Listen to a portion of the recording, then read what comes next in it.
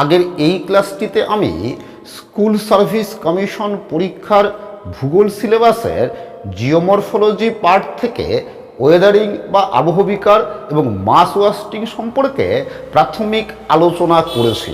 তুমি যদি এই ক্লাসটি দেখে না থাকো তাহলে অবশ্যই আগে আমার চ্যানেলের প্লেলিস্টে গিয়ে ক্লাসটি দেখে নাও, তা না হলে আজকের ক্লাসটি বুঝতে তোমার অসুবিধা হতে পারে। ওকে, দেখো আজকের ক্লাসে আমরা যান্ত্রিক আবহবিকার বা মেকানিক্যাল ওয়েদারিং সম্পর্কে বিস্তারিত জানব।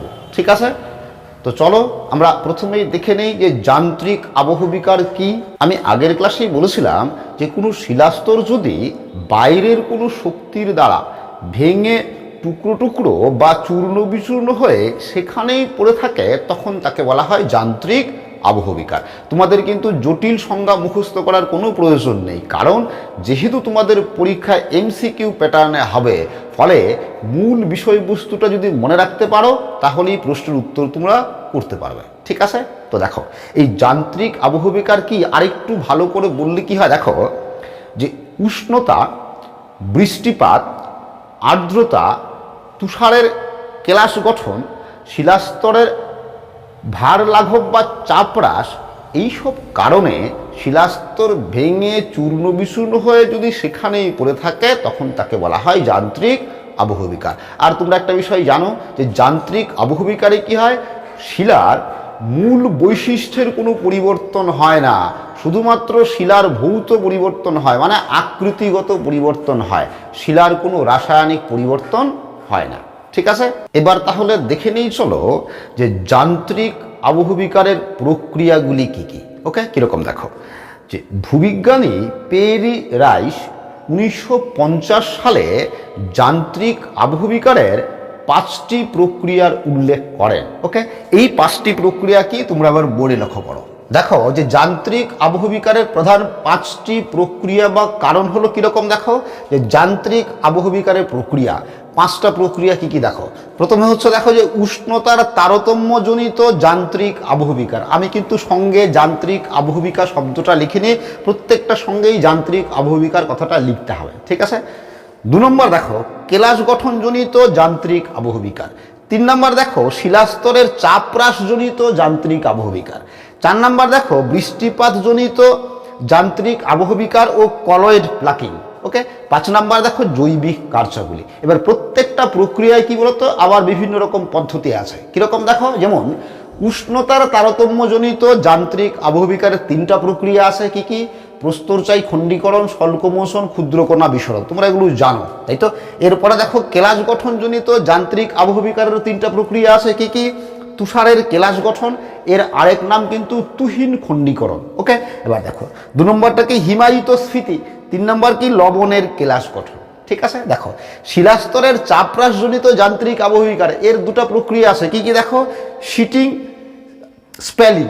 ওকে, আর দেখো বৃষ্টিপাতজনিত জৈবিক কার্যাবলী, এর কোনো আলাদা করে প্রক্রিয়া নেই। ঠিক আছে, দেখো 1999 সালে আমি যখন এসএসসি পরীক্ষা দিয়ে চাকরি পাই, তো ওই এসএসসির ভাইবায় আমাকে জিজ্ঞেস করা হয়েছিল যে বলতো সূর্যের আলোর প্রভাবে যান্ত্রিক আবহবিকারের কোন কোন প্রক্রিয়া সংঘটিত হয়। তো আমি তো প্রশ্ন শুনে প্রথমে হকচকিয়ে গেলাম যে আলোর প্রভাবে যান্ত্রিক আবহবিকার তো পড়িনি, তার মানে কোনটা বলো তো, কোনটা হবে। দেখো এই উষ্ণতার তারতম্যজনিত যান্ত্রিক আবহবিকারটাই কি কি এই সূর্যের আলোর জন্য হচ্ছে, আলো থেকেই তাপ আসছে, তারপরে মনে চলে আসে এবং সেই প্রশ্নের ব্যাখ্যা আমি দিয়ে আসি, তাই তো। তাহলে সূর্যের আলোর প্রভাবে কি কি হয়, প্রস্তরচায়ী খণ্ডীকরণ, স্বল্পমোচন, ক্ষুদ্রকণা বিসরণ, এই 3টার ব্যাখ্যা তখন দিয়ে আসে। ওকে, এবং ওরা খুব অ্যাপ্রিসিয়েট করে। ঠিক আছে, এবার দেখো তাহলে এই যে যান্ত্রিক আবহবিকারের প্রক্রিয়াগুলো আছে, এবার এই প্রত্যেকটা প্রক্রিয়া সম্পর্কে কি আমাদের কি ভালো করে বুঝতে হবে, তাই তো। এবার দেখো তো এই যে প্রক্রিয়াগুলো আছে, এই প্রক্রিয়াগুলোর মধ্যে মনে রাখবে যান্ত্রিক আবহবিকারের সবচেয়ে কার্যকরী প্রক্রিয়া হচ্ছে এই 3টি। কি কি? প্রস্তরচায়ী খণ্ডীকরণ, স্বল্পমোচন, ক্ষুদ্রকণা বিসরণ, মানে উষ্ণতার তারতম্যজনিত যান্ত্রিক আবহবিকার। তো তোমাদের কাছে যদি এই তথ্যটা না থেকে থাকে তাহলে তোমরা একটা স্ক্রিনশট দিয়ে নাও। ঠিক আছে, তো পরে তোমরা খাতায় লিখে নেবে। ওকে, এবার চলো তাহলে দেখি আমরা এক এক করে প্রত্যেকটা প্রক্রিয়া আলাদাভাবে দেখে নিই। তো প্রথমেই আমরা উষ্ণতার তারতম্যজনিত যান্ত্রিক আবহবিকারের প্রক্রিয়াগুলোকে দেখে নিই। ঠিক আছে, প্রথম প্রক্রিয়াটা কি আছে? প্রস্তরচাই খণ্ডীকরণ বা ব্লক ডিসইন্টিগ্রেশন। ওকে, এর আরেক নাম কিন্তু প্রস্তরচাই বিচ্ছিন্নকরণও বলা হয়।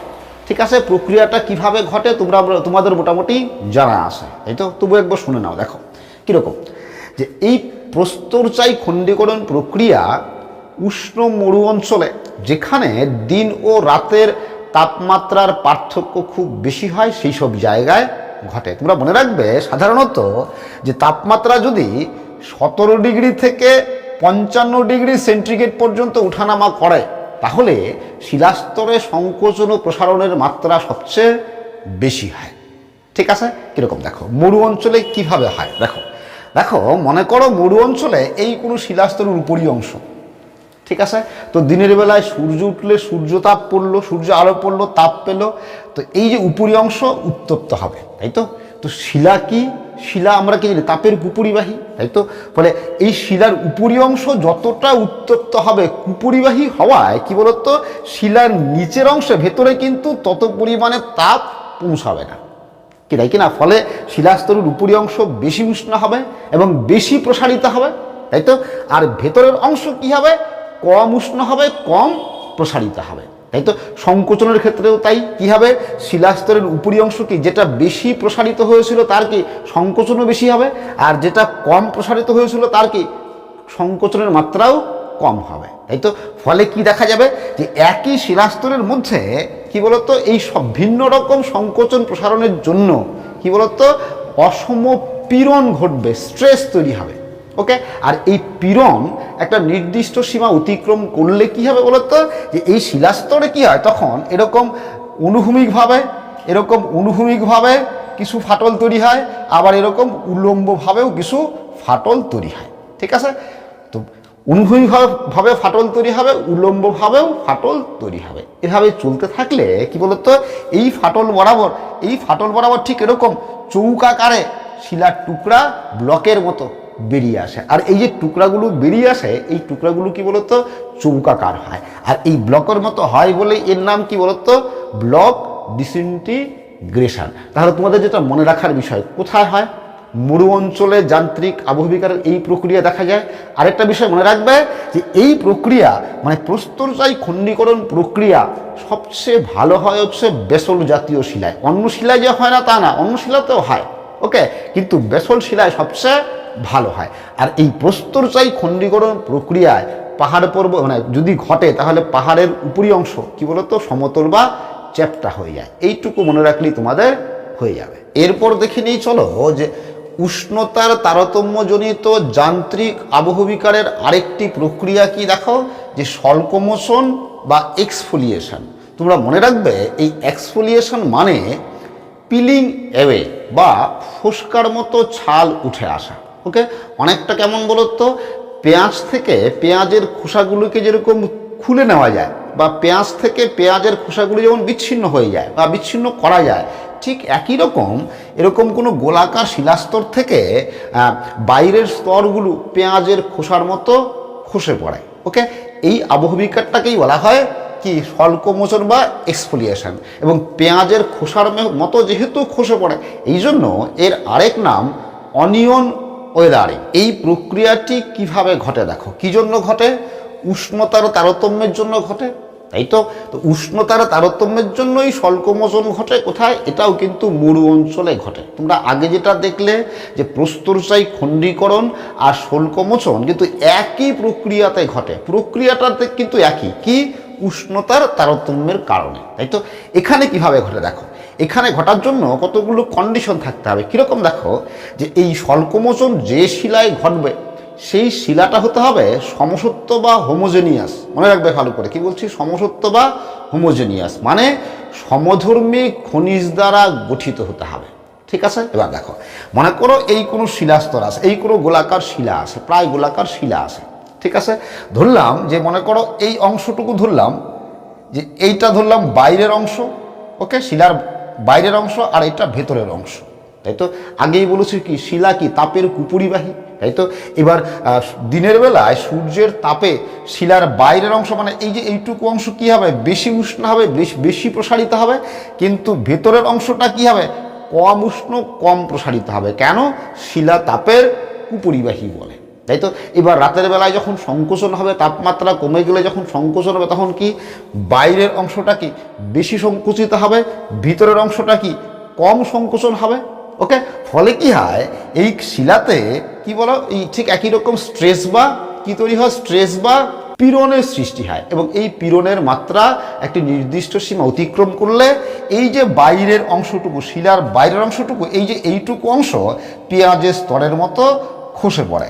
ওকে, খসে পড়ে যে আবহবিকার ঘটে সেটাই কি, সেটাই হচ্ছে স্বল্পমোচন বা এক্সফোলিয়েশন। ওকে, এবার দেখো, এবার এই যে খসে পড়লো, খসে পড়ার পরে এই যে অবশিষ্ট শিলাটা থাকলো, এই অবশিষ্ট শিলার আকৃতি কি হবে, কি গোলাকার হবে। তো এখান থেকে যদি তোমাকে একটা প্রশ্ন জিজ্ঞেস করি যে সমসত্ব বা হোমোজেনিয়াস শিলায় আবহবিকারের কোন প্রক্রিয়া ঘটে, তাহলে কি হবে, স্বল্পমোচন বা এক্সফোলিয়েশন ঘটে। ওকে, তোমরা মনে রাখবে মরু অঞ্চলে গ্রানাইট শিলায়, কি বলছি, গ্রানাইট শিলায় এই স্বল্পমোচন মানে যান্ত্রিক আবহবিকারের স্বল্পমোচন প্রক্রিয়া সবচেয়ে বেশি ঘটে। আর যে অঞ্চলে এই স্বল্পমোচন ঘটে সেই এলাকার ভূমিরূপ কি হবে, কি বুঝতেই পারছো, কি গোলাকার হবে। পশ্চিমবঙ্গের বীরভূম জেলার মামাভাগ্নে পাহাড়ে গ্রানাইট শিলায় এরকম স্বল্পমোচন প্রক্রিয়া ঘটে। ঠিক আছে, তোমাদের যদি আরেকটা প্রশ্ন জিজ্ঞেস করি, আমি আগের ক্লাসে বলেছিলাম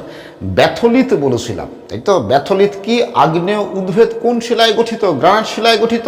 তো যদি প্রশ্ন জিজ্ঞেস করি যে ব্যাথলিতে কোন প্রকার আবহবিকার ঘটবে, তাহলে এর উত্তর কি হবে, কি স্বল্পমোচন বা এক্সফোলিয়েশন ঘটবে। ওকে, দেখো 2016 সালের SLST মানে 11-12 পরীক্ষায় এখান থেকে একটা প্রশ্ন ছিল। প্রশ্নটা কেমন দেখো, দেখো যে গ্রানাইট শিলার স্বল্পমোচন প্রক্রিয়া হলো এক প্রকার, অপশন এ রাসায়নিক আবহবিকার, অপশন বি চ্যুতি, অপশন সি যান্ত্রিক আবহবিকার, অপশন ডি পুঞ্জিত ক্ষয়। তাহলে বুঝতেই পারছো উত্তর কি হবে, কি সি যান্ত্রিক আবহবিকার।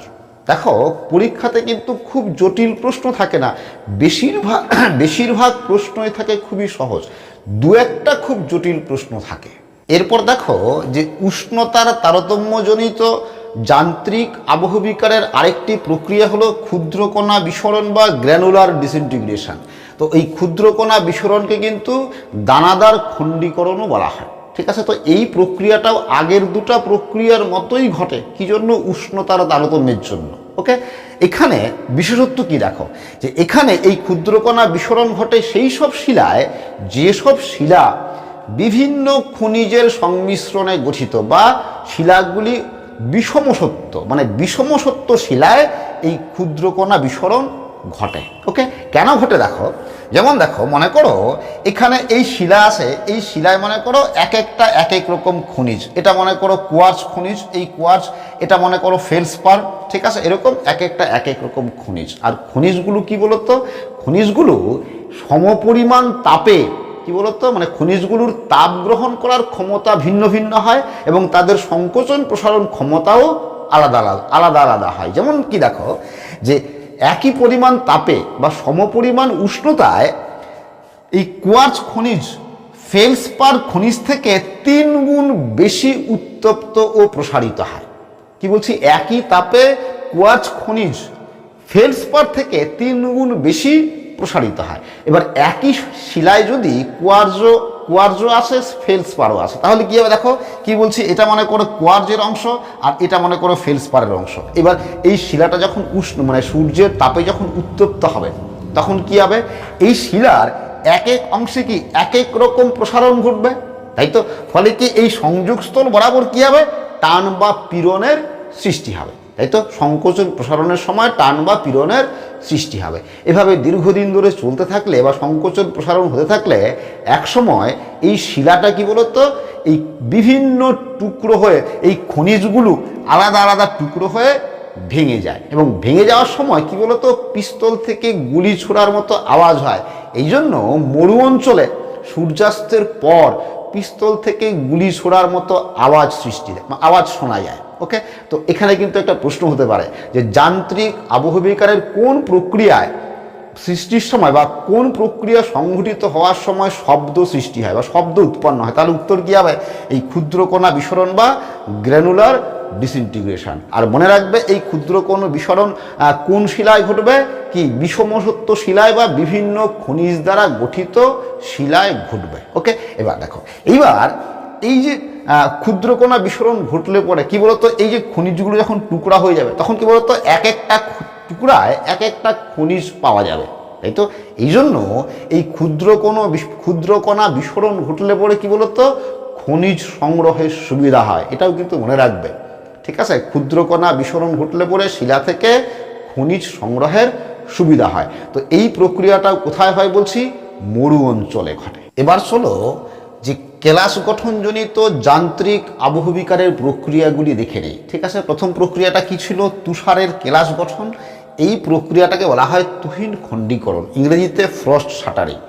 এই প্রক্রিয়াটা কোথায় ঘটে তোমরা জানো? কোথায় ঘটে? এরকম জায়গায় ঘটে যেখানে মনে করো দিনের বেলায় উষ্ণতা হিমাঙ্কের উপরে থাকে এবং রাতের বেলায় উষ্ণতা হিমাঙ্কের নিচে নেমে যায়, অথবা শীতকালে উষ্ণতা হিমাঙ্কের নিচে নেমে যায় কিন্তু গ্রীষ্মকালে উষ্ণতা হিমাঙ্কের উপরে থাকে। কীরকম অঞ্চল হতে পারে?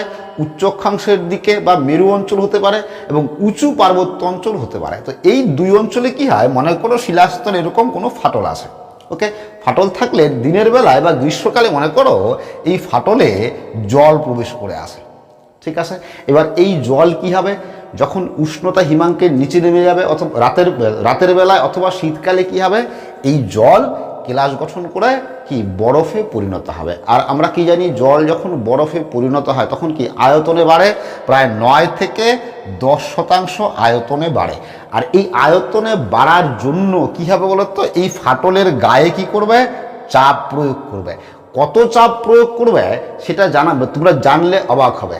1 বর্গ সেমিতে, মানে এই 1 সেন্টিমিটার 1 সেন্টিমিটার 1 সেন্টিমিটার এইরকম 1 বর্গ সেমি এলাকাতে কত বলতো, প্রায় 2115 কেজি ওজনের সমান চাপ প্রয়োগ করে। বোঝা গেল কি বলছি? কত বলছি? 1 বর্গ সেমিতে কত? 2115 কেজি ওজনের সমান চাপ প্রয়োগ করে। অথচ দেখো, মার্বেলের চাপ সহ্য করার ক্ষমতা প্রতি বর্গ সেন্টিমিটারে 1000 কেজি। গ্রানাইট শিলার এই চাপ সহ্য করার ক্ষমতা কত? প্রতি বর্গ সেন্টিমিটার 70 কেজি। আবার চুনাপাথরের দেখো চাপ সহ্য করার ক্ষমতা প্রতি বর্গ সেন্টিমিটার মাত্র 35 কেজি, কিন্তু চাপ কত দেয়? 2115 কেজি। ফলে কি হবে? শিলাস্তর ভেঙে যাবে না? এই ফাটলটা কি আরও বৃদ্ধি পাবে, তাই তো? একসময় কি হবে? শিলাস্তর ভেঙে টুকরো টুকরো হয়ে যাবে। তো এই প্রক্রিয়াটাকেই বলা হয় তুহিন খণ্ডীকরণ। তো যদি প্রশ্ন হয় যে উঁচু পার্বত্য অঞ্চলে ও মেরু অঞ্চলে কোন আবহবিকার দেখা যায়, তাহলে উত্তর কি হবে? যান্ত্রিক আবহবিকার, তাই তো? যান্ত্রিক আবহবিকারের কোন প্রক্রিয়া? তুহিন খণ্ডীকরণ প্রক্রিয়া। ওকে, তো এই তুহিন খণ্ডীকরণ প্রক্রিয়া মনে রাখবে, এই তুহিন খণ্ডীকরণ প্রক্রিয়া সাধারণত পাললিক শিলাতেই বেশি ঘটে। ঠিক আছে, এবার দেখো, এবার এই প্রক্রিয়ায় শিলাস্তর ভেঙে টুকরো টুকরো হয়। ওকে, তো এই তীক্ষ্ণ কোণ বিশিষ্ট যে টুকরাগুলোর শিলার টুকরাগুলো তৈরি হয়, সেই টুকরাগুলো যদি পর্বতের গায়ে বা পর্বত গাত্রে অবস্থান করে, মানে মনে করো এই কোনো পর্বত আছে, এখানে মনে করো শিলার টুকরাগুলো অবস্থান করলো, পর্বত গাত্রে যদি অবস্থান করে তাহলে সেই টুকরোগুলোকে টেরাস বা স্ক্রি বলে। ওকে, আর এই টেলাস বা স্ক্রিগুলি যদি পর্বতের পাদদেশে এসে জমা হয়, ঠিক আছে, যদি সঞ্চিত হয়, তখন তাকে ফেলসেনমার বলে, ব্লক স্পেড বলে বা প্রস্তর ক্ষেত্র বলে। এর পরের প্রক্রিয়াটি দেখো যে হিমায়িত স্ফীতি। ওকে, কীরকম ব্যাপারটি কীরকম দেখো, যে নাতিশীতোষ্ণ অঞ্চলে, ঠিক আছে, সচ্ছিদ্র মৃত্তিকায় গ্রীষ্মকালে কি হয়? বৃষ্টির জল প্রবেশ করে মৃত্তিকার রন্ধ্রে অবস্থান করে। ওকে, কীরকম দেখো, এই মনে করো মৃত্তিকার কণাগুলো আছে, এর মাঝখানে যে শূন্যস্থানগুলো আছে, এই শূন্যস্থানে কি হয়? কি জল অবস্থান করে। ওকে, এবার শীতকাল আসলে পরে যখন উষ্ণতা হিমাঙ্কের নিচে নেমে যায় তখন কি হয়? এই মৃত্তিকার ছিদ্রে যে জল থাকে সেই জল তখন কি হয়? বরফে পরিণত হয়, মানে কেলাস গঠন করে। আর আমরা কি জানি, বরফে পরিণত হলে কি আয়তনে বাড়ে, তাই তো? আয়তনে বাড়ে বা স্ফীত হয়। স্ফীত হলে পরে যে চাপ প্রয়োগ করে, ওকে, সেই চাপে কি হয়, মৃত্তিকার উপরিস্তর ফেটে ফেটে যায়।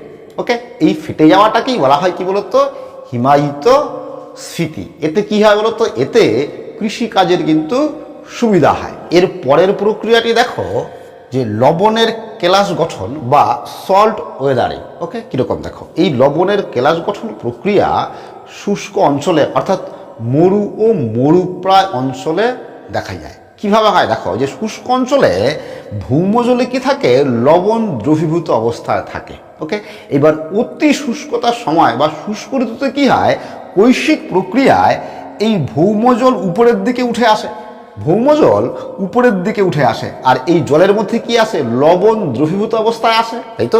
এবার এই ভৌমজল উপরের দিকে উঠে এসে শিলার ফাটলে অবস্থান করে, ঠিক আছে, এবং অতিরিক্ত উষ্ণতায় বা অত্যধিক উষ্ণতায় ওই জল যদি বাষ্পে পরিণত হয়ে যায়, ফলে কি হবে, এই জলের মধ্যে যে লবণ আছে সেই লবণ কি হবে, কেলাস গঠন করবে, তাই তো, দানা গঠন করবে। ওকে, ফলে কি হবে, শিলাস্তরে কি চাপ প্রয়োগ করবে, ফলে শিলাস্তর ভেঙে যায়। ওকে, তো এই প্রক্রিয়াটাকেই বলা হয় কি, লবণের কেলাস গঠন বা সল্ট ওয়েদারিং। এরপর দেখি চলো, যে শিলাস্তরে চাপহ্রাসজনিত যান্ত্রিক আবহবিকারের প্রক্রিয়াগুলি কি কি। দুটা প্রক্রিয়ার কথা বলেছিলাম, কি কি, একটা কি শিচিং, একটা কি স্পেলিং, তাই তো। তো এই শিলাস্তরে চাপ হ্রাসের জন্য কিভাবে আবহবিকার ঘটে দেখো কীরকম। মনে করো এটা কোনো ভূপৃষ্ঠ আছে, আর এই ভূ অভ্যন্তরের দিকে এই মনে করো স্তরে স্তরে শিলাগুলো সাজানো আছে বা শিলাস্তরগুলো সাজানো আছে। তো এই যে নিচের যে শিলাস্তর আছে, এই নিচের শিলাস্তরগুলো কি আছে, উপরের শিলাস্তরে প্রবল চাপে আছে, তাই তো। এবার চাপে থাকলে কি হবে, কিছুটা সংকুচিত অবস্থায় থাকবে, অনেকটা কেমন, মনে করো একটা স্প্রিং নিলে, এবার স্প্রিংয়ের উপরে কিছু বোঝা চাপিয়ে দিলে, ফলে স্প্রিংটা কি হবে, কিছুটা চুপসে যাবে, তাই তো। এখানেও ঠিক তাই, উপরের শিলাস্তরের চাপে নিচের যে শিলাস্তরগুলো আছে কিছুটা সংকুচিত অবস্থায় থাকে। এইবার যদি আবহবিকার ক্ষয়ীভবন প্রক্রিয়ায় উপরের শিলাস্তরগুলো যদি সরে যায়, যত সরতে থাকবে তত কি হবে, নিচের শিলাস্তর কি তত কি প্রসারিত হতে থাকবে, কি তাই কি না। ঠিক একই রকম, যে স্প্রিংয়ে তুমি বোঝা চাপিয়ে দিয়েছিলে, স্প্রিংয়ের বোঝাটা যদি সরিয়ে নাও, স্প্রিংটা কি হবে, আবার কি উপরে উঠে যাবে, কি তাই কি না। এখানেও ঠিক তাই হয়, যে উপরের শিলাস্তর যদি অপসারিত হয় তাহলে নিচের শিলাস্তর কি হবে, প্রসারিত হয়, তাই তো। এবার প্রসারিত হয়ে এই শিলাস্তরে বিভিন্ন ফাটল তৈরি হয়, মানে প্রসারিত হওয়ার সময় বিভিন্ন ফাটল তৈরি হয়। ওকে, এবার ফাটল তৈরি হওয়ার পরে বা ফাটল তৈরি হলে যদি এরকম হয়, মনে করো এই শিলাস্তর থেকে এই শিলাস্তরের সমান্তরালে বা অনুভূমিকভাবে পাতের আকারে শিলার টুকরা বেরিয়ে আসে, ঠিক এরকম পাতের আকারে শিলার টুকরা বেরিয়ে যদি আসে, ওকে, বা বিচ্ছিন্ন হয়, তখন তাকে এই শিটিং বলে। ওকে, আর যদি এরকম পাতের আকারে বিচ্ছিন্ন না হয়ে টুকরো শিলার টুকরো টুকরো হয়ে বিচ্ছিন্ন হয়, তখন সেটাকেই বলা হয় স্পেলিং, ঠিক আছে। তো এই চাপহ্রাসজনিত দুটা প্রক্রিয়া। এরপর দেখো, যে বৃষ্টিপাতের জন্য যান্ত্রিক আবহবিকার কিভাবে ঘটে দেখো কীরকম। যে বৃষ্টির জল যদি শিলার ফাটলে প্রবেশ করে, তাহলে যে বুদবুদ সৃষ্টি হয়, সেই বুদবুদের চাপে শিলাস্তর ফেটে যেতে পারে। ওকে, আবার কি দেখো, যে মরু অঞ্চলে উত্তপ্ত শিলাস্তরের উপরে যদি হঠাৎ বৃষ্টির জল পড়ে, ফলে কি বলতো, শিলা সংকুচিত হয় এবং শিলাস্তর ফেটে যেতে পারে। এরপর দেখো, যে কলয়েড প্লাকিং। ওকে, কলয়েড প্লাকিং কি দেখো, কলয়েড মানে কি বলতো, কলয়েড শব্দের অর্থ হচ্ছে আঠা। ওকে, অনেকটা কেমন দেখো, যে অনেক সময় হয় কি, যে মৃত্তিকার দ্রবণ আঠালো হয়, মৃত্তিকার দ্রবণ শিলাস্তরের গায়ে অনেক সময় আটকে থাকে। মনে করো এই কোনো শিলা আছে, শিলার গায়ে এই মৃত্তিকার দ্রবণ আটকে আছে। ওকে, এবার এই মৃত্তিকার দ্রবণ যখন শুকিয়ে যায়, শুকিয়ে গেলে এই শিলার থেকে খসে পড়বে। এবার শিলার থেকে যখন মৃত্তিকার দ্রবণ মানে শুকনো হয়ে যাওয়ার পরে যখন খসে পড়বে, তখন কি হয় বলতো, এই শিলার কিছুটা অংশ এই মৃত্তিকার দ্রবণের সঙ্গে উৎপাটিত হয়ে যায়। ওকে, তো এই উৎপাটিত ওই শিলাস্তর থেকে শিলার অংশ উৎপাটিত হয়ে যাওয়াটাকেই বলা হয় কলয়েড প্লাকিং। আরেকটা কারণ কি ছিল, জৈবিক কার্যাবলী, তাই তো। তো জৈবিক কার্যাবলীর জন্য যান্ত্রিকভাবে শিলা চূর্ণ বিচূর্ণ হয়। কি করা হয় তোমরা তা জানো, তাই তো। কীরকম হয়, যে যেসব প্রাণীরা শিলাস্তরে বা মাটিতে গর্ত করে বসবাস করে, ওরা বাসস্থান তৈরি করার সময় কি শিলাস্তর ভেঙে চূর্ণ বিচূর্ণ করে। মানুষ যখন খনি খনন করে রাস্তাঘাট নির্মাণ করে তখন কী করে শিলাস্তরকে চূর্ণ বিচূর্ণ করে, কি তাই কিনা? আবার উদ্ভিদের শিকড় যখন শিলাস্তরে প্রবেশ করে, উদ্ভিদ বড় হওয়ার সঙ্গে সঙ্গে শিকড়গুলো কি আয়তনে বড় হয়, ফলে চাপ প্রয়োগ করে শিলাস্তরকে ফাটিয়ে দেয়। তাই তো এভাবে জৈবিক কার্যাবলীও কি করে শিলার যান্ত্রিক আবহবিকার ঘটায়। তো দেখো এই প্রক্রিয়াগুলো ছাড়াও আরও কিছু প্রক্রিয়া আছে। ওকে, কীরকম দেখো, এর একটা হচ্ছে দেখো যে কলিকরণ বা স্ল্যাকিং। ওকে, কীরকম দেখো, এই স্ল্যাকিংটা কি দেখো, যে সমুদ্রের উপকূল বরাবর বা সমুদ্রের তীর বরাবর জোয়ার ভাটার জল এবং সমুদ্র তরঙ্গের জলে কি হয় বলতো, যে সমুদ্রের তীরের শিলাস্তর এই জলে একবার আর্দ্র হয় বা ভিজে যায়, আবার সূর্যের তাপে শুষ্ক হয়। তো এভাবে ক্রমান্বয়ে ক্রমাগত বা পর্যায়ক্রমে একবার আর্দ্র হচ্ছে, একবার শুষ্ক হচ্ছে, একবার আর্দ্র হচ্ছে, একবার শুষ্ক হচ্ছে। ওকে, ফলে কি হয়, শিলাস্তরে কি বলতো অসম সংকোচন প্রসারণ ঘটে। ফলে শিলাস্তর কি হতে পারে বলতো, শিলাস্তর ভেঙে টুকরো টুকরো হয়ে যায়। তো এই শিলাস্তর টুকরো টুকরো হওয়ার এই প্রক্রিয়াটাকেই কলিকরণ বা স্ল্যাকিং বলে। তাহলে এই কলিকরণ বা স্ল্যাকিং কোথায় দেখা যায়? সমুদ্রের তীরবর্তী অঞ্চলের শিলাস্তরে দেখা যায়। ওকে, আশা করি তোমরা বুঝতে পেরেছো। আজ আমি এখানেই শেষ করছি। তোমরা সবাই ভালো থাকবে, সুস্থ থাকবে, আবার দেখা হবে